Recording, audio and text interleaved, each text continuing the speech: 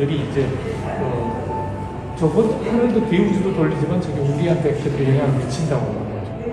그래서 이 그림을 그래서 이게 각각이 이제 그런 내가 이 각이라는 여기에 이제 각이라는 별자리가 되는 거예요. 실제 이 각이라는 별자리가 이제 여기 있긴 조정가예요.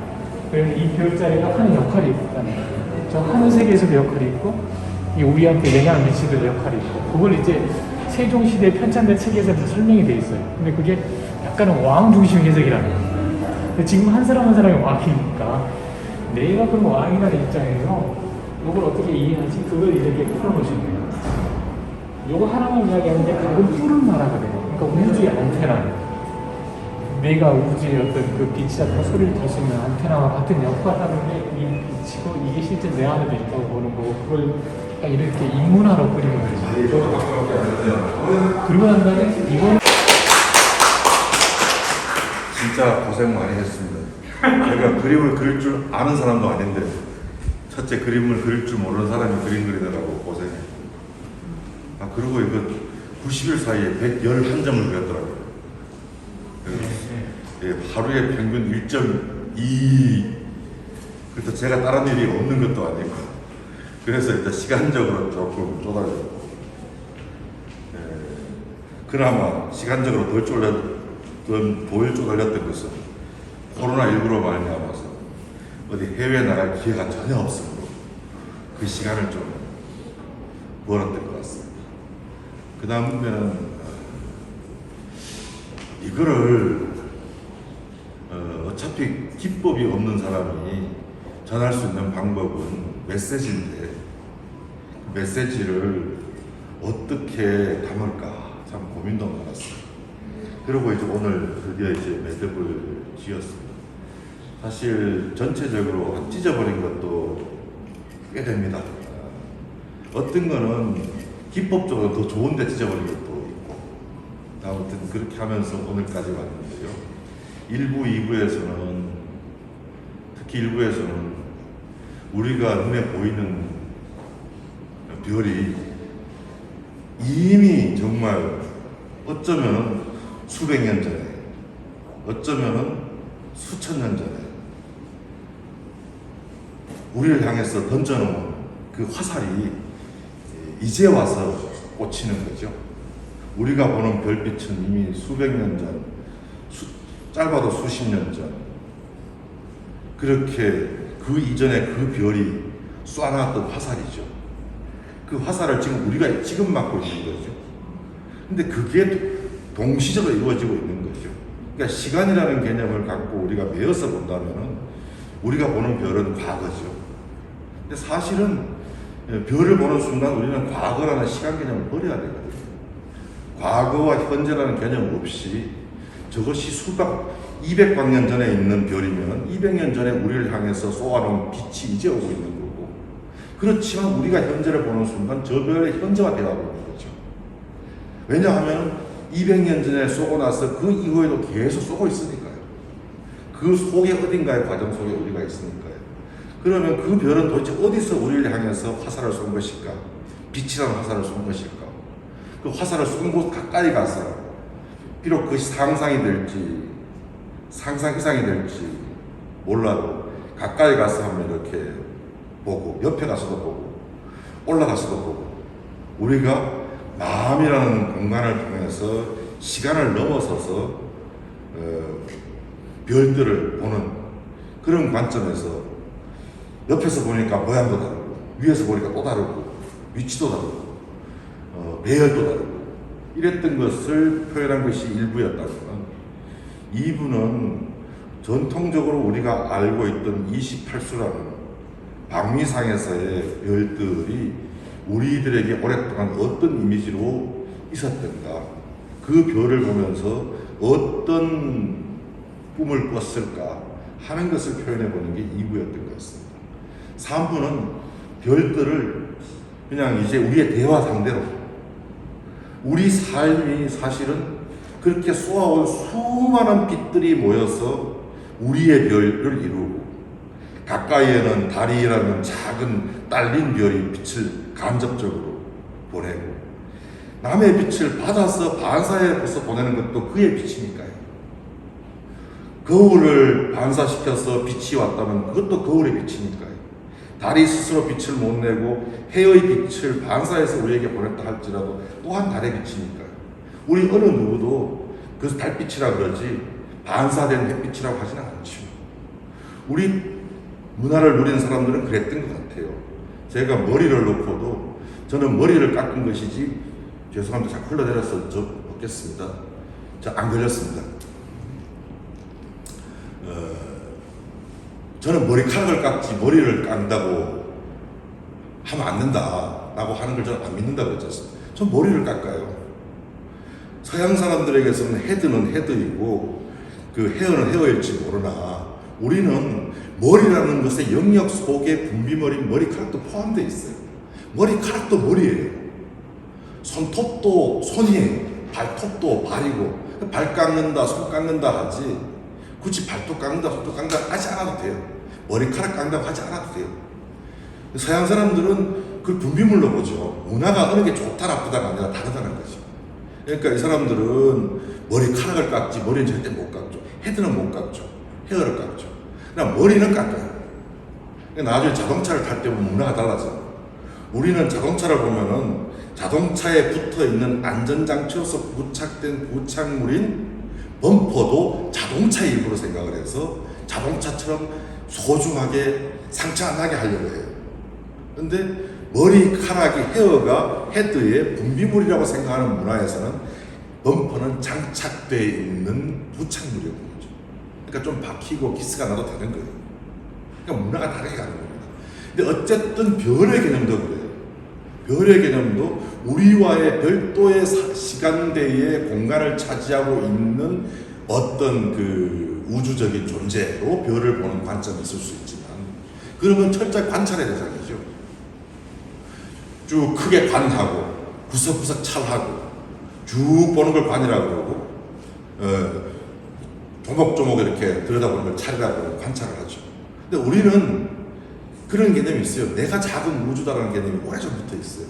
한자 문화에 의해서 주어진 것만도 아니고 분명히 다르게 있어요. 이런 것들이 있고 그 개념이 있다 보니까 여러분 방앗간 가보셨죠? 옛날 방앗간에 가보면 이만한 큰 바퀴가 한번 돌아요. 그러면 그 옆에 있는 작은 바퀴가 돌아요.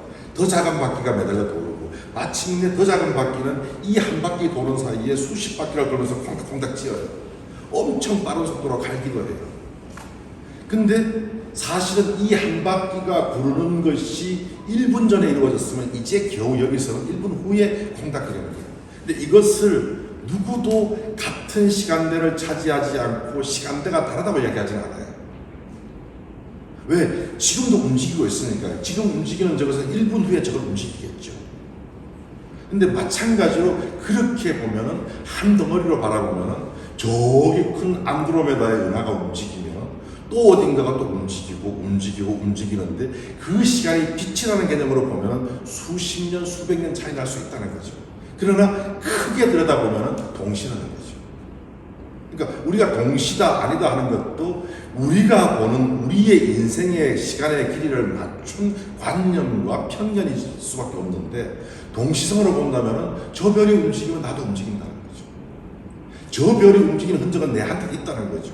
전부 다 우리가 설령 머리카락이고 저게 머리라 할지라도, 우리가 손톱이고 저들이 설령 손이라 할지라도 동시에 움직이고 있다는 거죠. 동시에 움직이고 있으면 내 삶 속에 저 별들은 어디에서 내려와서 앉아 있을까? 내가 보는 저 산과 물과 바위에도 저 별들은 내려앉아 있겠다. 내가 다루는 소중한 사물들에도 앉아 있겠다. 그러니까 시간을 같이 하고 있는 거죠. 모든 나와 시간을 같이 하고 있는 것은 그 별들의 흐름도 같이 하고 있다.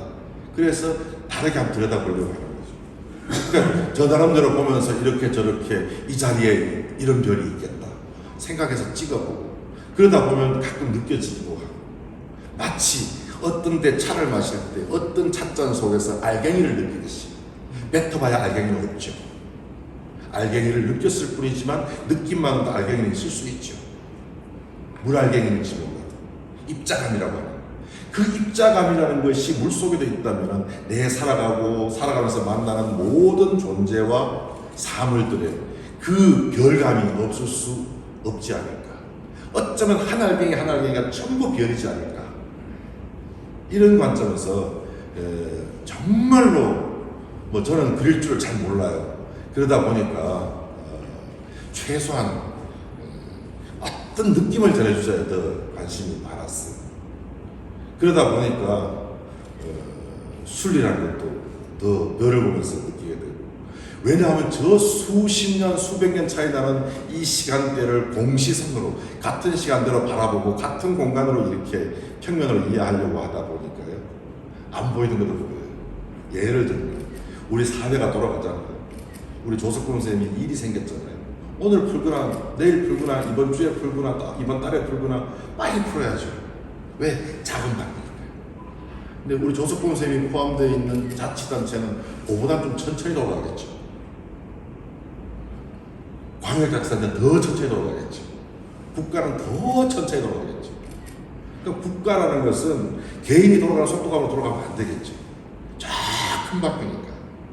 그러니까 결국은 언젠가는 국가와 개인 사이의 운영에 시차가 생겨요. 엄청난 시차가 생겨요. 그러면 큰 바퀴는 결국 뭘 했느냐? 과거에 생겨가지고 빨리빨리 돌아가서 생긴 시차를 해결해 주는 것만 하면 되더라는 거예요. 그게 빛이라고 생각하는 거예요. 그게 빛이라고 해요. 국가도 보면은 어느 분이 막 지자체를 운영하면서 막 경험해서 엄청 빨리 해결을 잘해요. 근데 이분이 만약 국가를 그런 속도로 해결해버리면 나라가 망하는 거죠. 더 천천히 해야 되는 거죠. 바뀌어야 되는 거예요. 그래서 국가라는 것은, 큰 덩치라는 것은 과거를 위해서 빛을 뿜는구나. 과거를 해결하기 위해서. 해결만 해주면 미래는 저절로 열어가니까. 빨리빨리 열어가니까. 근데 그런 생각도 이제 들고 하더라고요. 그래서 어쨌든 그러면서 길에도 별을 찾아보고, 그리고 산에서도 찾아보고, 차에서 찾아보고, 어떤 경우는 진경산수라고 그래서 저는 예전에 뭐 진경산수가 뭔가 보니까 그냥 뼈대만 그린 거더라고요. 색깔 탈색시켜서 그림자처럼. 근데 저는 뭐 있는 칼라 비슷하게 그리지만 사람은 단면을 탁 잘라보고, 다 자르지 말고 옆으로 잘라가지고 그 안에서도 별이 있는지 보고, 뭐 그렇게 보려고 했었어요. 그리고 어떤 경우에는 뭐 단순화시켜도 보고, 뭐 다 단순하죠. 그렇게 하려다 보니까 이런저런 게 나왔는데, 그날 컨디션이 달라가지고 그날 그린 것도 다르고 그래요. 어쨌든 그런 의미에서 했는데요. 요번 건 설명이 참 쉬워요. 왜냐하면 제가 페이스북에 길게 이야기를 써놓은 것들이 좀 있었어요, 미리. 그래서 그래도 한번 이렇게 쭉 한번 다니면서 보면, 첫 번째 같은 경우에 제가 2010몇 년 전입니다.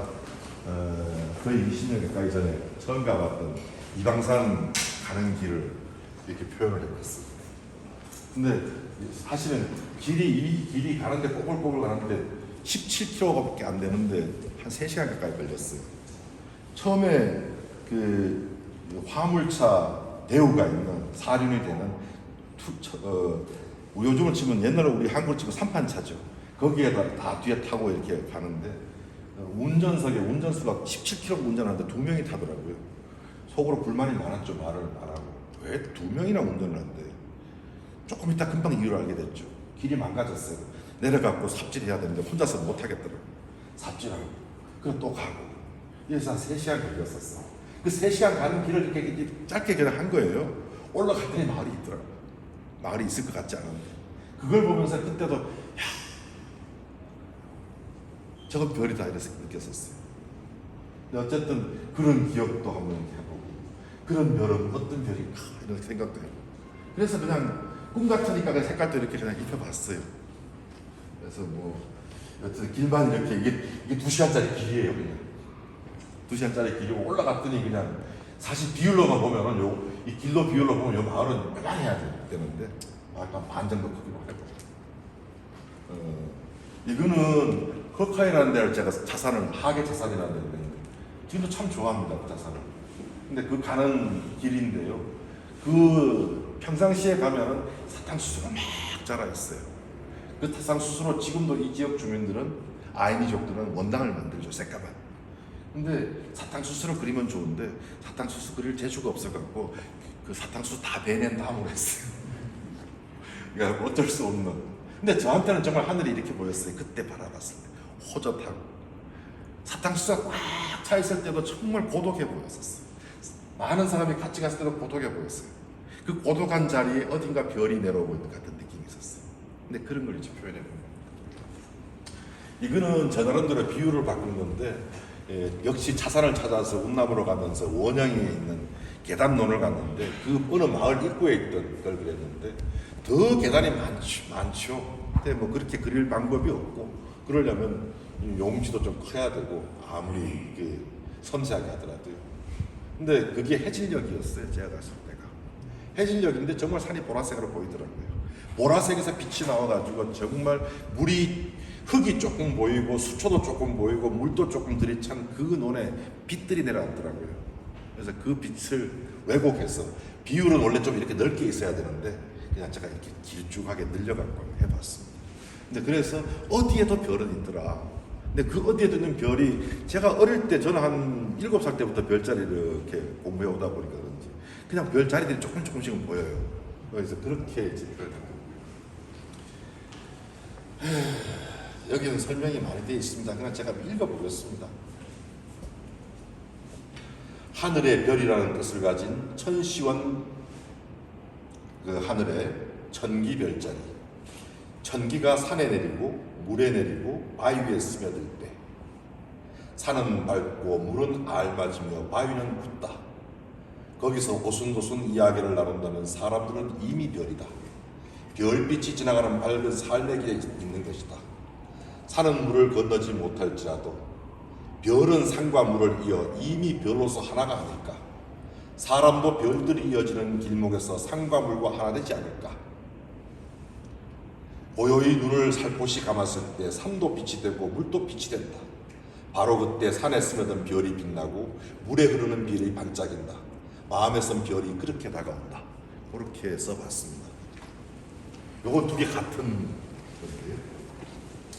이거는 그 관삭이라는, 천시원에 있는 관삭이라는 별을 이렇게 하나, 둘, 셋, 넷, 다섯, 여섯, 일곱, 여덟, 9개 별인데 한쪽만 입구가 있고 나머지는 가둬져 있는 형상이에요. 근데 이거는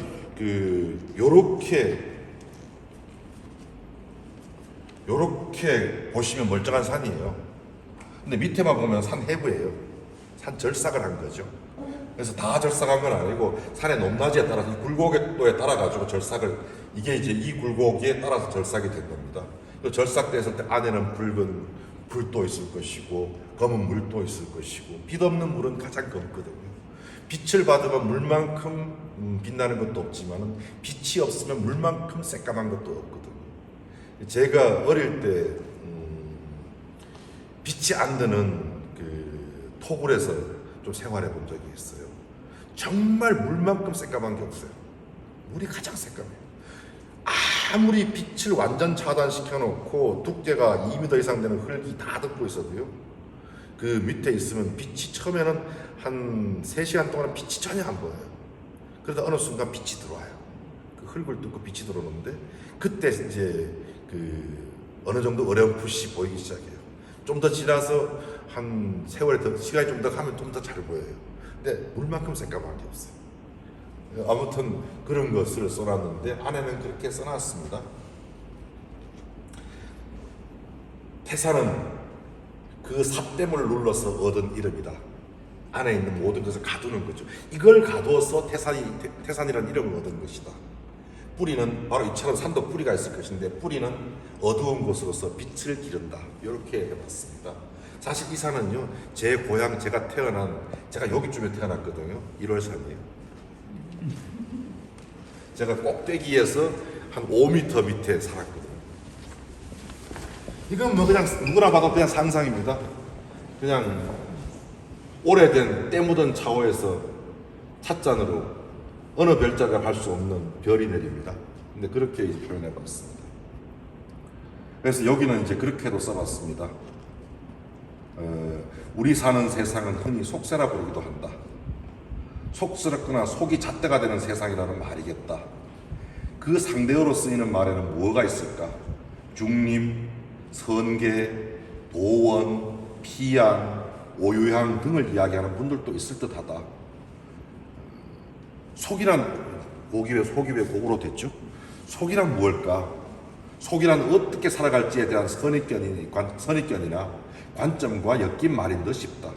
그러므로 탈속은 결국 기존의 삶이 제시하는 선입견이나 주어진 기준으로부터 벗어나는 게 아닐까? 탈속을 한다면서 또 다른 선입견이나 또 다른 기준에 따라 삶을 산다면 그것은 결국 기존의 속에서 또 다른 속으로 옮겨간 것이란 생각도 든다. 차를 마실 때도 마찬가지일 듯하다. 나름대로 속이 있을 것이다. 그 속에 가끔은 무지개처럼 다가오는 기쁨. 많은 별들이 그 무지개를 타고 찾아와 마실 때마다 나를 일깨워 주기를, 그리하여 생각에서라도 매임이 없게 되기를 하는데, 이 곡자가 다 잘못됐습니다. 속이 곡으로 다 잘못되어 있습니다. 이거는요, 찻잎 하나예요. 어느 순간 차를 마시다 보니까 차 하나 속에 있는 이 차에 차륜들이 있죠. 이렇게 올폭폭 튀어나온 차륜들이 별로 그 사이사이에 별이 들어있는 것처럼 보이는 거예요. 그래서 이쪽에는 이렇게 많고 왼쪽도 많아서 이렇게 많은 별이 감싸고 있는 게 있다면 뭘까? 잠유원의 왼쪽 담장, 오른쪽 담장 아닐까? 어쩌면 이것 자체 찻잎 하나가 하나의 잠유원 아닐까? 그런 생각을 해보면서 한 겁니다. 그러면서 색깔도 좌우에 의해서 잠유원의 두 색깔을 넣었고요.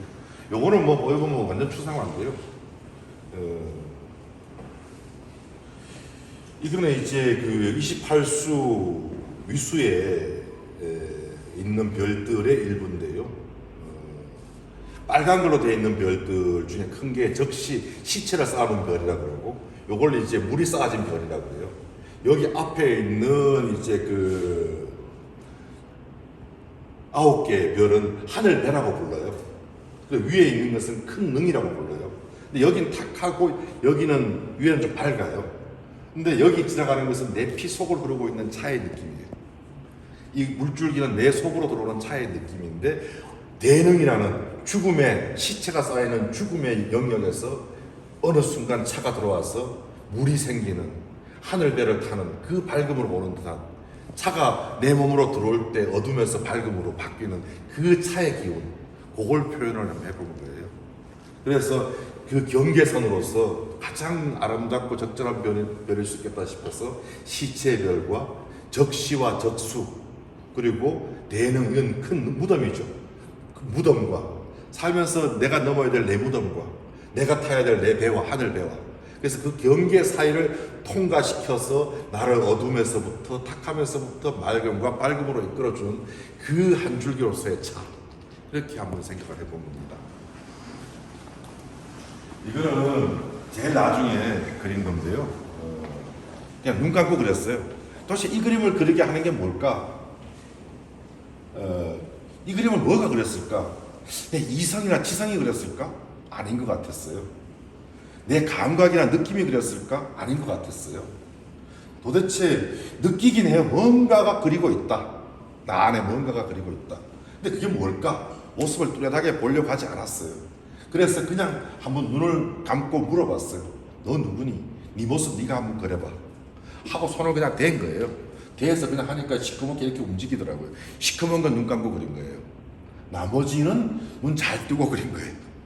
그래서 색이 들어간 거 말고 시커먼 거는 섬세한 부분까지도 눈 감고 그린 거예요. 그래서 제목이 그냥 마음의 날개고, 이게 전체 별자리 그림 그리는 가운데서 마지막 매듭 그림이에요. 자리가 여기에 와 있네요. 요것도 그냥 읽어보시면 충분해요. 찻잔에 담기는, 한 찻잔에 담긴 그 소박한 한 잔에 담긴 차가 단순히 한 잔이 아니라는 느낌인데, 이거 많이 써놨어요. 이것도 그래요. 어느 순간 차를 마시고 자사차오를 양호를 해서 잘 씻었어, 물기는 말랐는데 온기가 남아있을 때 그 차오를 볼에 탁 대보면은요, 볼에서 막 눈을 감고 볼에 대보면 자사차오의 구멍이 막 느껴져요. 자사차의 구멍이 정말 큰 동굴처럼 느껴져요. 그래서 그 동굴로 빛이 막 들어와요. 저는 그랬어요. 그래서 그 자사차오의 수많은 기공 가운데 기공 하나예요. 기공 하나를 그린 거예요. 그냥 여기 이 막 넓어오죠. 제가 볼에 대고 있는 면이에요. 제가 볼에서 대고 느끼는 이 자사차오의 기공이에요. 그래서 설명 길게 해놨습니다. 제가 잘 안 쓰는데 평상시에 잘 안 쓰는 스타일의 차원인데요. 이 재량 손잡이가 이렇게 다리가 있는 건널다리가 있는 손잡이인데 저는 그 손잡이 잡을 때마다 밑에서 뭔가가 잡혀요. 손잡이를 잡을 때마다가 빛이 잡혀요. 제 느낌은 그랬어요.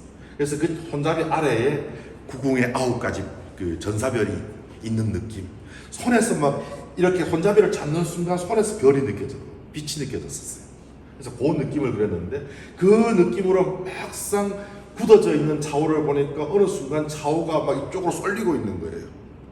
좌우가 균형을 똑바로 있던 좌우가 어느 순간 막 찬물을 우려내고 싶어서 제가 이걸 느끼는 순간 좌우는 막 이걸 내고 싶어서 이렇게 쏠리고 있는 거예요. 그래서 그림도 쏠리게 그렸어요. 그래서 얘가 지금 물을 내고 싶어서 막 지가 굳어있는 돌덩어리가 움직이고 있는 느낌. 내가 별을 봐준 순간 좌우도 살아나 차를 우려내고 싶었다. 뭐 그런 느낌이었어요. 그래서 건널다리 같은 손잡이가 붙은 재량호, 차후에 부리는 우려낸 차를 내놓고 싶은 설레임에 솟아오르려 하고 그 설레임에 하늘도 새벽 불새처럼 밝아온다. 차후의 손잡이는 부풀어 오른 반달 모양 다리가 아닐까. 다리 밑은 잠이온 전사자리 9별들로 빛난다. 손잡이를 잡으면 별의 밝은 촉감이 서늘한 듯 따뜻하게 소나기로 스며들어 다시 팔을 타고 염통에다 빛을 보내진 않을까. 왜? 거기 담긴 것은 아마도 하늘을 담은 찬물이기에. 그런 느낌이었습니다. 이거는 뭐 쉬워요. 흙 속에 차오가 있다는 거죠. 원래 좀 못생긴 차오가 흙 속에 있고 또 이 흙이라는 것 자체는 다 어느 별에가 담겨 있는 거죠. 근데 그 별이 차오를 꺼내놓으니까 차오 안에 담겨 있더라는 거죠. 그래서 그렇게 썼어요. 차오는 흙에 있었다. 흙은 별에 있는 것이다. 별은 이제 차오가 되었다. 차오에 담겼다. 이렇게 순환이는 결국은 작은 사물을 통해서도 저 먼 별과 흙과 이 사물이 인공과 자연이 순환하고 있다는 거. 뭐 그런 느낌이고요. 이건 그냥 분할했는데요. 설명이 어려워서 그냥 보겠습니다. 이거는 그냥 이 글자는 같은데 하다 보니까 제가 어느 순간 우리 해도 별이잖아요. 해를 넣고 제가 기도를 하게 되더라고요. 그래서 기도의 내용에 아주 오래된 비만 문자로 이렇게 42자인데요. 그 페이스북에 제가 42자의 직역을 다 달아놨습니다. 뭐 이렇게 줄여갖고 의역해 놓은 것이 이렇게 6줄로 있는가 하면은 이걸 다 42단어거든요. 42단어로 제가 직역해 놓은 것도 있습니다. 어쨌든 뜻은 그래요. 문을 활짝 열게 하소서. 언제나 해를 쳐다보게 하소서. 금줄을 굳게 치리니 어둠이 들지 않게 하소서. 약속의 물로서 기도하니 언제나 그리 되게 하소서. 이게 참하시는 저의 기도입니다. 요 세 가지는 같습니다. 같은데 그때 신경이 조금 다른 거죠. 어떨 때는 문을 덜 열었고 어떤 때는 더 열었고 어떤 거는 이쪽으로 열고 하나 이쪽으로 열고 그건 제 마음이죠. 샤워를 보면서 하여튼 뭐 무식이 한번 나오는지 들어가는지는 그건 뭐 생각나는 거예요.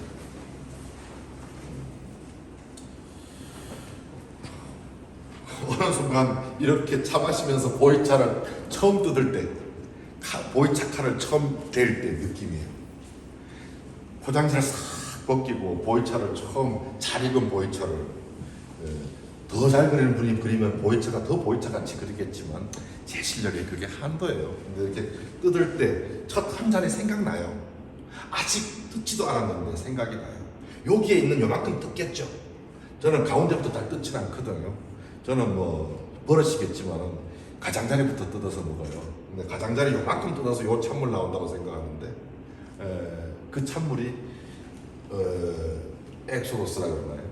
자기가 있던 어둠에 묻힌 별빛이 묻힌 이 산 위에서 차산의 맛을 그대로 다 담아 있는 것 같은 거예요. 그래서 이 어둠이 달빛으로 변하는 그 자리, 이 차가 나온 자리면 이건 명당이 될 거다. 그래서 여기 명당 자리를 명당이라는 별을 얹었어요. 별은 다 붙어 있는 거예요. 그리고 여기는 이제 북극 오제자예요. 차를 마실 때 차 어느 구석에서인가 별이 빛날 것 같아요. 이 자미원으로 치면 실제 북극성 오제자가 이 정도가 있어요. 그리고 이제 그 밑에 있는 것들 이렇게 이제 한번 그려봤어요. 이렇게 썼습니다. 밝은 달빛이 금가루처럼 내리는 날 하늘을 쳐다보니 정말 달이 떴다. 아니 둥근 차가 떴다. 달빛에 흥분한 산들 위로 차가 아니라 태면이었을까 오지의 5별이 뚜렷하다. 밝은 빛을 받은 구름 덩어리는 찻잔이었다. 별빛을 그려담아 살짝 접힌 내폭의 병풍이었다. 이 별잔 이름이 병풍이에요. 병풍이었다. 그런 빛을 받은 산들은 이제 생명을 밝히는 곳 명당이 아닐 수 없다. 태명 명당자리 세 별이 그 산에 내려앉았다. 뭐 이렇게 했습니다. 이거는 그냥 첨성대 그린 거예요. 별자리 없어요. 그냥 무수히 많은. 여기에는 362개의 별이 들어있어요. 첨성대의 별이 돌이 362개예요. 몇 개가 쪼개져가지고 원래 360개인데 362개가 됐어요. 여기 있는 거는 정확하게 312개. 왜 312개냐? 여기 50개가 있다고. 그래서 제 성격에 저는 성격이 아주 급해요. 석 달을 굶을 때로 보면 성격이 안 급한데 푸른 밥은 되게 못 기다려요. 이런 건 푸른 밥에 해당되기 때문에 312개 찍느라고 아주 시체마다 죽는 줄 알았어요. 근데 첨성대가 있는 곳의 땅 이름이 원래는 비도였다. 빛의 터라는 뜻이죠. 비도는 빛의 터라는 뜻이다. 옛사람들 362개나 되는 돌로 이 대를 쌓을 때 그 돌 하나하나는 모두 땀이었고 피였고 기도였고 소망이었을 것이다.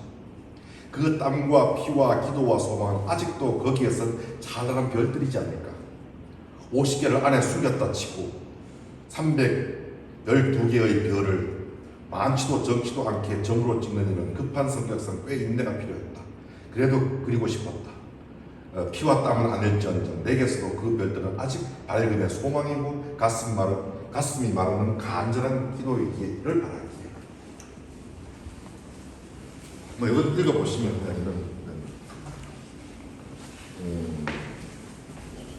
이게 이번 3번째 시리즈의 첫 그림이에요. 이렇게 계속 그리다가 저 죽겠다 싶어서 추상화를 더 많이 시켰죠. 잔가지 다 놓아버린 메마른 나무, 겨울을 견디느라 몸 껍질엔 우연 좀마저 앉았는데 그래도 봄이 오니 쟤 살아있다고 운다.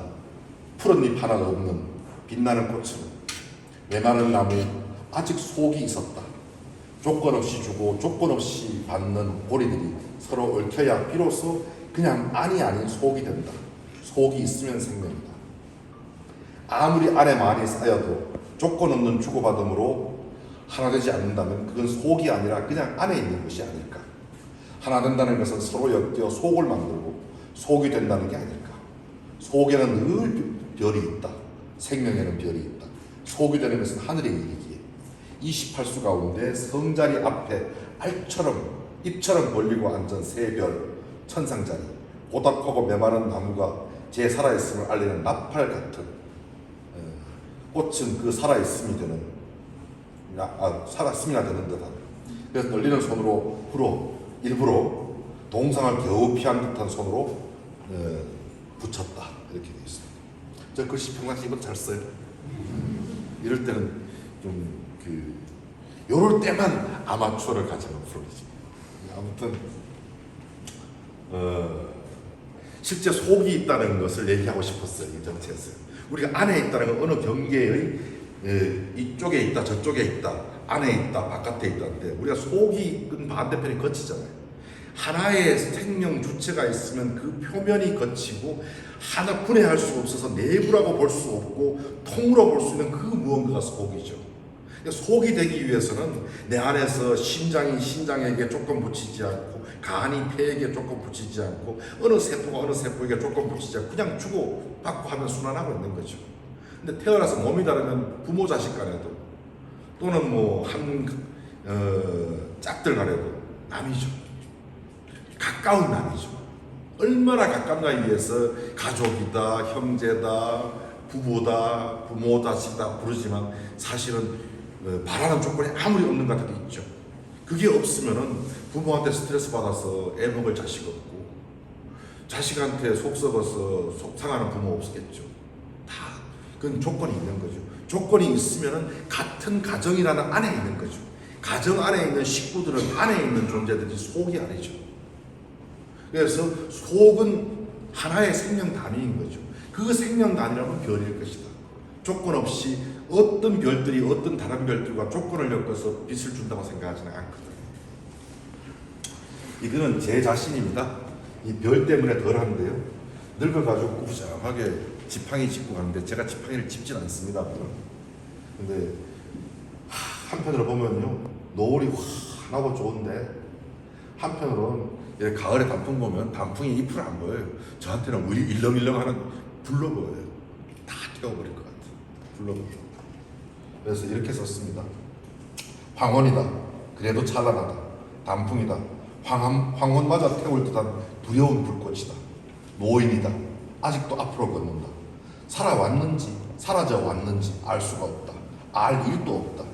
찬란한 황혼 끝에 또 길이 이어지겠기에 별이 그 계곡에 머무르고 그 별이 곧 나일 수만 있다면. 그러니까 앙증나는 자신을 늙어가면서 보더라는 거죠. 여러분 읽어보시죠. 요거는요 흙인데 대지인데 저의 느낌은 거대한 팔뚝이에요. 근데 재미난 것은 우리가 살고 있는 사람은 가정을 이루고 있어도 안에 있지 속은 안 되는데 그 속을 이루지 못하고 사는 수많은 사람들이 디디고 사는 지구는 그 자체가 속이에요. 그래서 그 속이니까 그냥 하나의 생명처럼 해서 빨간 줄을 매놔봤어요. 빨간 줄을 매놨더니 화려한 빛이 돋아올라요. 이렇게 썼습니다. 아시아 일부 소수민족 사람들은 붉은 손매듭을 하기도 합니다. 이 붉은 실을 한자로 약속할 때 약이라 불렀고 그걸 메어주는 일을 약속이라 했다. 그 실의 길이가 손으로 한 뼘 정도여서 뒷날 약의 뜻은 손 한 뼘 정도의 길이 또는 손 한 뼘 안에 닿는 양을 가리키는 도량단위가 되었다. 약은 오늘까지 약속의 뜻이 담긴 상징물도 되었다. 우리 한호흡을 약이라고 그러거든요. 옛날에 약을 매줄 때는 달랐다. 떠나는 이가 반드시 돌아올게요 하면 보내는 이가 네 그때까지 기다릴게요 하면서 매주었다. 요즘은 안 그래요. 그때까지 돌아올게요 그러면 꼭 돌아와요 그래요. 왜 상대방 보고 압박을 해요? 내가 기다릴게요 하면 된 거죠. 근데 어쨌든 그 약을 맺을 때는 네 그때까지 기다릴게요 하면서 매주었다. 약은 본래 자신의 다짐을 담아 매주는 것이지 누군가에게 다짐을 받아내려고 매주는 것이 아니었다. 나에게는 어떤 약이 묶여 있을까? 나에게는 그 약을 묶어놓았던 누가 나에게 어떤 약을 묶어주었을까? 그런 생각이 발톱 볼 때마다 들어요. 일단 또 넘어가겠습니다. 읽어보시면요. 요거는 젖자리 이름이 하늘 젖자리예요. 천유라고 불러요. 밑에 두 별자리는 천복이라고 불러요. 요거는 그 저성이라고 불러요. 그래서 요 하나의 잔 안에 저섬 바닥에 저섬을 넣고 그다음에 천유가 들어오고 있는 중이고 천복이 밑에 받치고 있어요. 이렇게 지렛대처럼.